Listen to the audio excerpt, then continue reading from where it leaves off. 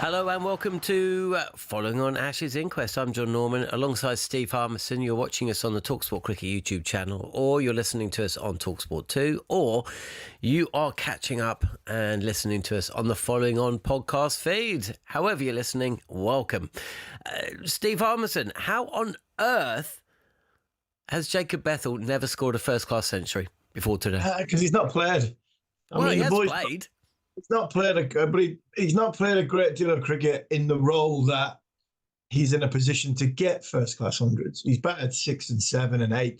He's actually 6, 7 and 8 for Warwickshire. So he hasn't always been in a position to get a first class hundred. So when everybody's making that noise about him, he hasn't batted 3 for Warwickshire or in first class Lions games or any games really. He's been thrust into the cauldron of 3 in New Zealand. He's been backed like Ollie Pope's been backed, like Zach Crawley's been backed, like Shoaib Bashir's been backed. But there's something different.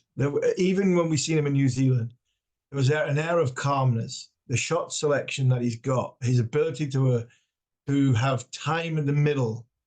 When you see a player, a player. And I think the one thing that a lot of people have talked about who have played the game of cricket or have coached the game at the highest level, they go, there's a player there. Definitely there's a player there. And now it's about giving them the right chance and the right time and the right tools. I'm not sure the right chance and the right tools was no first-class hundreds. There you go, MCG, 99,000, and bat at number 3 against Stark, Boland and co. But do you know what? It was brilliant today. It really was. It was absolutely fantastic. And it wasn't the way that everybody expects this team to play. He batted more like Joe Root did in the first innings than the way traditionally this team's playing. So, I mean, so pleased for him. We can now stop talking about Root getting hundreds in Australia. We can now stop talking about adult hundreds for Jacob Bethel. This is not going to be his last Test match 100. He's not. I don't think he is a number 3, but one thing he is, he can find his way in the side now off the back of a brilliant 100 in Sydney. Well, there's no space in the team for him outside of 3, but I do get your point. Yeah. 2 things that I picked up on thanks to Alistair Cook, and you mentioned it as well. Time. He just seems to have time.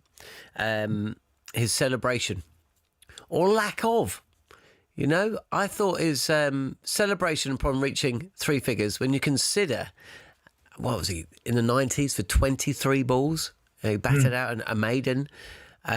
Slightly strange captaincy from Steve Smith at times in that evening session, I thought. Taking Scott Boland off with Bethel on 99 was interesting, but I mean, we spoke about him before. We spoke about him in New Zealand. We spoke about him after that very first innings we saw, and I think he only made 9. I might have it in my book here, actually. There was just something about him. He shaped up well. He knows his scoring areas. That was one of the questions Cook was asking, and you were asking as well. Does he know where he's going to be scoring? But you only have to see a couple of shots, and it's not just in red ball cricket, is it? It's also white ball cricket. There is a touch of quality about him. And thankfully, Harmy, because I think it was in the last Test match, we were saying that not one England player will be coming out of this series with his reputation enhanced. But Jacob Bethel has. I think Jofra Archer has. And Josh Tongue. So that's 3. Yeah, I mean, I get what you're saying. I think to finish on Bethel, I think his ability to sort of let the ball come to him and play the ball right under his nose is a great quality to have as a number 3, especially in England, Australia and the Southern Hemisphere. Maybe you can access the ball a little bit further away from your body because it doesn't move as much. But in New Zealand, you could just see there's a talent there. I think the air of calmness. I think his upbringing and his sort of lifestyle in Barbados, which when you listening to Justin Langer just a second ago and talking about his ability to play off the back foot and learning how to play off the back foot. Jacob says himself he had to learn to play off the back foot because he was tiny. And the bounce of the ball, I think that will stand him in good stead at batting number 3. I say, especially in England when it moves. But when you're talking about enhancing reputations, yeah, I think you're spot on there. I don't think we can put Bryden Carse. You can't put Bryden Carse into that category. But what we can say is it's a good job we had him, because we're watching Ben Stokes, and we'll talk about him in a minute. You watch Ben Stokes come off injured. I mean, Bryden Carse is the only one. It's another tick in the negative box of the preparation to getting England in a position to play 5 Test matches. That it's a good job Bryden Carse was in a position to play all 5 Test matches. In every conversation we've had in the middle of the night talking about why Stokes has gone and continuously gone to Carse is because he trusts him. He knows that his body's durable. He knows he's going to be fit. He knows he's going to run in and give him everything. And that, unfortunately, hasn't been for everybody that's been on that tour for England. So I don't think Carse has enhanced his reputation, but I think we can't be too critical of his performance as much, because if we didn't have him, we wouldn't have many other options. And Ben Stokes going down today just proves that, how much we've had to push the captain to the limits to get him, he had to stay in the series, because at the end of the day, Ben Stokes' bowling has been, the only shining light from the bowling point of view, because yes, Archer has come away this positively, but at the end of the day, I mean, he's not there anymore. He's only played 3 Test matches. And I think if we had the conversation before the start, we said Archer would have went home. Wood would have went home. If Tongue had played more than 3 Test matches, probably would have went home. Atkinson's body wasn't the greatest. So I think we were expecting injuries. So, yeah, and we've now lost the captain. Let's hear from Beth. And Australia had the same problem, right? Because Hazelwood didn't play any. Cummins only played 1. I mean, it's a miracle Stark's still going. And credit to Boland as well. Cricket, international cricket, just asks way too much of players in these 5 Test series these days. They either play too much cricket or not enough. Anyway, let's hear from Jacob Bethell, who spoke with TNT following his century today. Still hasn't really sunk in and stuff like that, but yeah, to have the family here and watching was pretty special. It's a great moment seeing your mum and dad and your sister. Sister and her husband. Yeah, really cool to watch that. Did you know, obviously knew where they were? Yeah. And were you every now and then having a quick look up to see how they were going? Because your old man was having a heart attack. Yeah. It's a bit out of eye line. But yeah, I'm sure they would have enjoyed. I think my old man would have probably held off the beers for a few hours there. But yeah, hopefully we'll be having a couple tonight. Well, I liked his reaction at 50. He gave you a little applause, but he didn't stand up. He thought your job was half done. Yeah. He looked a brilliant poker player until the 90s, where he went through all the emotions like everyone probably at the ground. How are you feeling in those moments? I was feeling okay, to be honest. Throughout the innings, all Is that honest? You can say you're nervous. A little bit nervous. Nowhere near as nervous as I was in New Zealand when I forgot to watch the ball and got out. So yeah, all I was focusing on, to be honest, was doing what I was doing throughout the innings, which was watching the ball and just playing it. But yeah, it was. I don't know, something about cricket is weird. You're batting like that, and then they bring the field up, and you're on 99, and all of a sudden you're just like, oh. But what's the difference between 1 run? But yeah, it was lovely to get over the. Quite a big difference. I know. It's a massive difference. That's why we all get so nervous. And I think there's more people. You look so calm. When you got 100, you look calm. I'm sure there was butterflies, but we're saying before, I think everyone in the stadium, all around Australia, and of course in England, were more nervous than you were. That's what it seemed like. Yeah, definitely. I think it's the case, isn't it? Like, actually, when you're out there, you're okay, but everyone else that has no control over it kind of feels it more than you do, which I think was very much the case. Just on your red ball cricket, obviously you have played a lot more white ball cricket and probably felt more at home playing it. Does this not just give you the most amount of confidence, thinking if you can play in these conditions, and we're comparing like Joe Root, what a player, he was battling away and actually you made it look easier than Joe Root today. Does that just think that is the blueprint of how I'm playing my red ball cricket forever? Yeah, definitely. I think the blueprint there is that probably in terms of these conditions. Obviously conditions will change throughout when we go back to England and stuff like that. But yeah, I think I found a real nice kind of zone in terms of scoring and always being able to kind of throw a punch here without actually taking too much risk, which is pretty good. But yeah, I think definitely that will give me the world of confidence now, especially people will stop talking about it and all that kind of stuff. And I go back to that last question before about your ability to play off the back foot, because you do play a lot of white ball cricket. In your upbringing, did you get to play a lot of pull shots and hook shots, and then Stark, you were ducking and weaving? It was awesome to watch. Yeah, I mean, I don't think I faced the ball on the front foot until I was about 15, because I was that small. I was only about that big. And especially growing up in Barbados, I didn't really get too much. I got a lot of chin music, especially in the nets. So yeah, I kind of learned that naturally growing up over there. But then, yeah, front foot game and kind of the power that I kind of have is only came to me when I got a bit bigger, when I was 15, 16. So yeah, I did have to play off the back foot a lot, and then now obviously can play off the front foot too. Trickiest bowler that you faced out there today? It's got to be Boland. He just puts a little tea towel down there and just goes bang. So yeah, he's tricky. But yeah, it's one of them that you kind of got to negate as much as you can, but while not taking too much risk. So yeah, I think I did that pretty well against him today, and was able to kind of score off the other guys. Oh, what a brilliant interview. Well done, Jacob Bethel. Well done, TNT, for that. It's interesting, isn't it? Because we were out in New Zealand and he was out for 96 trying to, I can't remember, he was bowling Southie, I think. And, you know, the comment that came out of the dressing room was that, you know, when Bethel went in and McCullum spoke to him about, you know, how close he came to 100, Bethel had said, I just thought, how cool would it be if I just smacked him for 6 to reach 100? But actually, that wasn't true, was it? I mean, I'm sure it would have been cool, but he just said then he was nervous. And that is the thing. You know, they are nervous. They are nervous out there, despite, you know, all of the noise and all of the positive vibe mantra. Not that I'm diminishing, you know, a coach trying to take that pressure off and trying to make his team less nervous. I do get that. But compare and contrast the way that Jacob Bethel went about his innings and then what happened straight after Harry Brook was out. And Harry Brook could have been out 3 times in the over before his dismissal.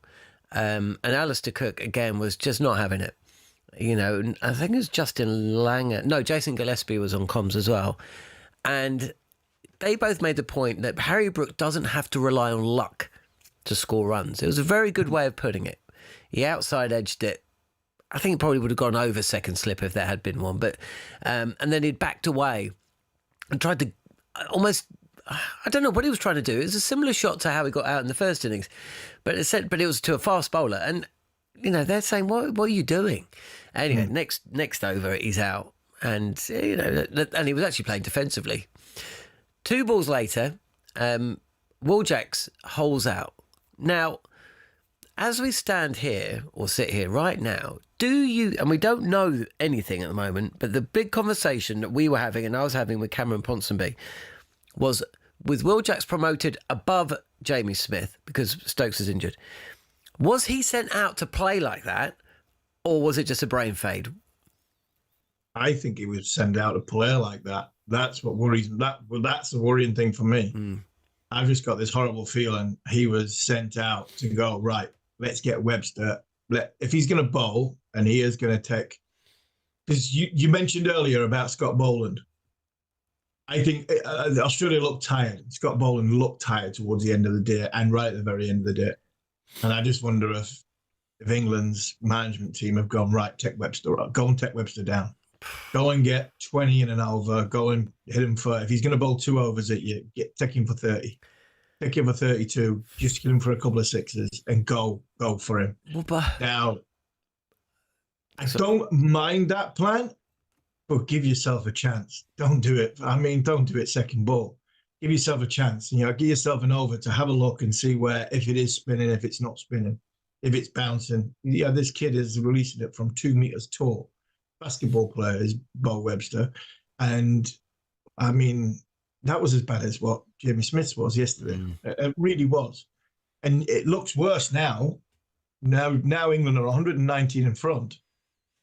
And you're thinking, right, what could have been if he comes in and if he had a sort of battered with Jacob Bethel and England could sort of get to 150, 170 in front. And like Bethel said, 200 could be the magic number.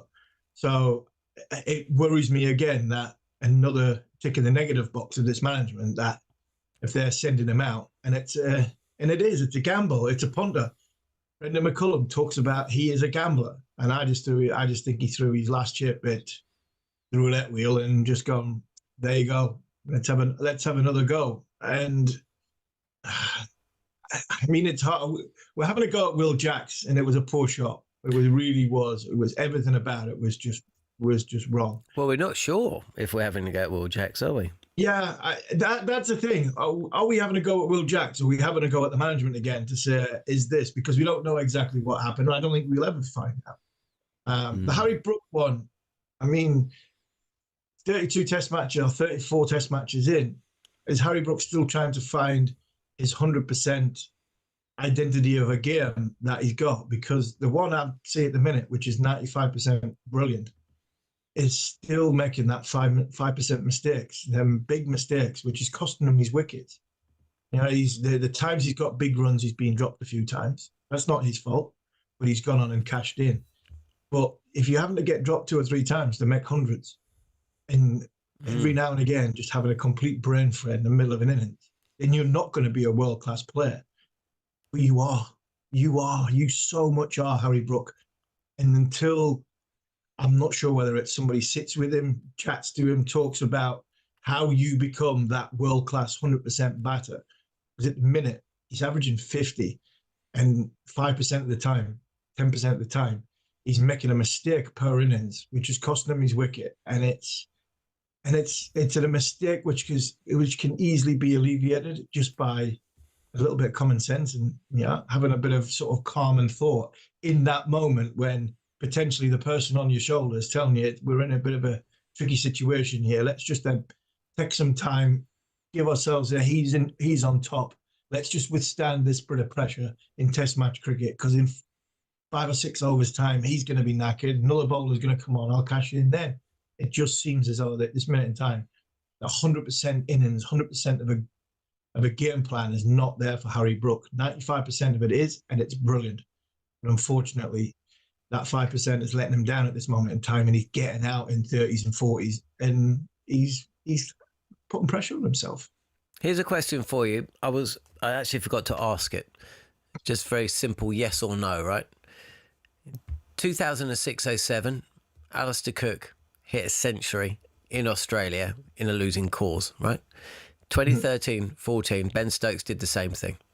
We both know the careers that those two players went on to have and are still having with Stokes. Will Bethel's name stand up alongside those two in 10 years' time? That is such a difficult question to give a yes or no answer to. Well, that's the question. I'll say yes, but and it's a massive, but there are massive buts, because it's about the quality. Do you see in Bethel the same quality that I see? There's a player there. But is it up there with what we saw from Cook and Stokes very early on? The first time I saw Stokes, I thought, there's a player here.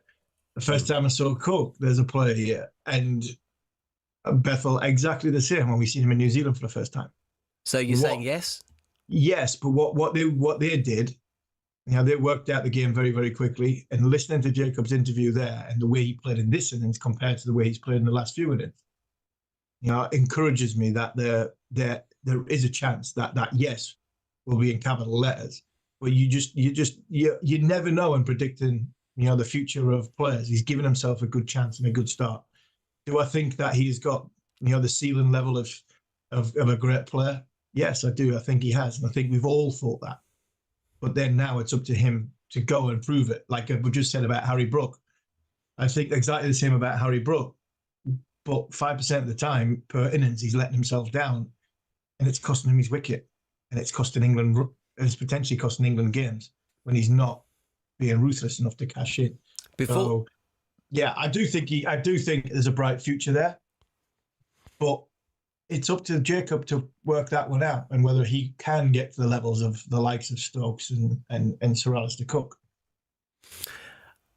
Before the series, and Jared is very strong on this, we raised the point that the two most important batters in terms of where this series was going to go was Harry Brook and Travis Head. And it's true. That is exactly what's happened. But one's done well and one hasn't. Both have batted in all 5 test matches. Head's batted in 1 innings less. Both going at strike rates of plus 80. 81 for Brook and 87 for Head. Only Ben Duckett has got a strike rate in excess of 90. And there the similarities end. Harry Brook is actually the 3rd highest scorer in the series, which at the start of the series you'd think would mean that we, both had a very successful series, right? But of course, Travis Head has scored 3 centuries from his 9 innings, and Harry Brook has scored 2 50s from his 10. Harry Brook has an average of 39, and that's it now. And Travis Head has an average of 66. Now, when you talk about Harry Brook having to modify the way he goes about his innings and construction and all the rest of it, and the player that we normally describe as who he should learn from is someone like Joe Root. But of course, he's never going to really be like Joe Root, is he? But he can be like Travis Head. So what is it? And Travis Head had his own struggles at the start of his career, and he's come back strong, and few would have seen him achieve the success over such a long period of time for Australia that he has experienced. But what is it about Head's game that maybe Brook could look at and think, okay, I'm never going to be like Joe Root, but I am like Travis Head. What is Travis Head doing that Harry Brook isn't? Well, apart from getting dropped a lot. Yeah, Travis Head's got the plan that Travis Head. I seen an interview with Travis Head yesterday or the day before, and he talked about batting, and he was talking about the short ball tactic that was coming, and he said that Potts was easier to face because of the trajectory and the pace on it. Talked about how the risk element of taking on Josh Tongue was a little bit more because of the bounce and everything that goes well. Travis Head was a little bit like Joe Root was talking about batting to Sir Alistair Cook and Justin Langer. There's a plan there. There's a method there. There's a where we try and alleviate risk. There's an area where we're trying to score, and we are fluctuating my risk taking through where the bowlers are at that minute in time, whether they're a bit tired, whether they're on top, whether they're going through a decent spell and I have to respect them. So there is a method in the way Travis is going. I think Harry Brook, unfortunately, like I've been saying, I think Harry Brook goes out there with a determined plan before the inning starts and goes, I'm going to hit the ball there. I'm going to hit the ball there. I'm going to hit the ball there. As opposed to, well, no, you don't hit the ball there because you don't know where the ball's coming to. I think he gets in a position where once he gets in, and you know what? He gets in quicker than anybody else I've seen. He really does. I mean, you've seen how many times he hits a second or a third ball for 4 just with ease and nonchalance through extra cover. You go, wow, he's just come into the crease. He looks in great touch. And then it just seems as though when he gets on top, that's when he's dangerous to himself, because he then starts to think, I'm going to hit the ball where I want to hit the ball, as opposed to where the ball's actually being bowled to him in the areas that the bowler's trying to target, because the bowler's potentially going to plan B and plan C, where I think that's something that Harry needs to get better. And if he does, I mean, we're talking about a kid who's averaging over 50, but it's coming that way at this moment in time. He shouldn't be coming that way. 35 test matches, it should be going that way. And if it does go that way, I mean, we know what a player he is. I'm being picky here with Harry Brook because you have just mentioned the numbers there. He's had 1 single figure score. He's had a couple of 10s and 20s, but he's had a lot of 30s and 40s. He had 2 50s in a series in Australia on yacht, where you need him to be that score of 200s, 300s to stand a chance of winning. when you're batting at number 5 for England in an Ashes series. So these are the little things I think needs to be ironed out in his game. And I don't think it's technical. I don't think anything that Harry Brook's got an issue with is technical. I think it's all about in his mind and how he gets through that 40 to 60. Because once he gets past that, he's so destructive and it's brilliant to watch. But at this minute in time, he seems as though he's got a plan as where he wants to hit the ball, as opposed to got predetermined plan on where he wants to hit the ball, as opposed to letting the ball come to him and respecting a bowler might have a good passage of play and then waiting for him to get tired and then him imposing himself on the opposition. That's where I see, unfortunately, where Harry's having a little bit of an issue at this moment in time. And Head's not. Harmy, we're gonna have to wrap things up, but very, very quickly, do England have any chance of winning this game tomorrow? Obviously, they do have a chance of winning this game, but Stokes is unlikely to bowl. They might be able to set Australia 160, but do you think that you play that game 20 times? How many times do England win? How do you see it happening? How do you see it playing out on day 5? Yeah, I think at this moment in time that pitch still looks good. It still looks quite flat. So for me, England win it maybe once or twice out of 20. The shorter it sounds stupid, and I'm very good at them. The shorter the game, the better England have got a chance. If it goes and England have to use bowlers into their 3rd and 4th spell, Australia will grind them down. But because it's all or nothing, because it's your last one big effort in Australia, 160, we are going to be on the field for 40 overs, max to bowl Australia out. Stokes is a blow, but it's not a huge blow when it comes to we've got all day to bowl Australia out. I think 2 or 3 spells, 2 spells from each bowler, given everything they've got, might not be a bad thing for England to have a chance. They'll need 160 plus, and by that time, we could have a few more cracks open up on a hot day. But they've got a puncher's chance. Australia, you still want to be in Australia's dressing room, but you never know. A bowler gets on a roll, gets the wind up, and the crowd behind them. They've still got a sniff. Okay, well, we'll be back tomorrow. We're going to be doing a 1-hour show, aren't we? We're going to be looking back at the events at the SCG, but also as a whole. I've just had a look at the batting stats, and it doesn't make for pretty reading. You have got a situation where, and we'll go into this tomorrow, so I'm not going to get your reaction to it now, Harmy, but you've got a situation where at the end of the series, England's opening bat, Zach Crawley, averages 27. The other opening bat, Ben Duckett, averaged 20. Their number 3, Ollie Pope, averaged less than 20 and was dropped. Their captain, Ben Stokes, averaged 18.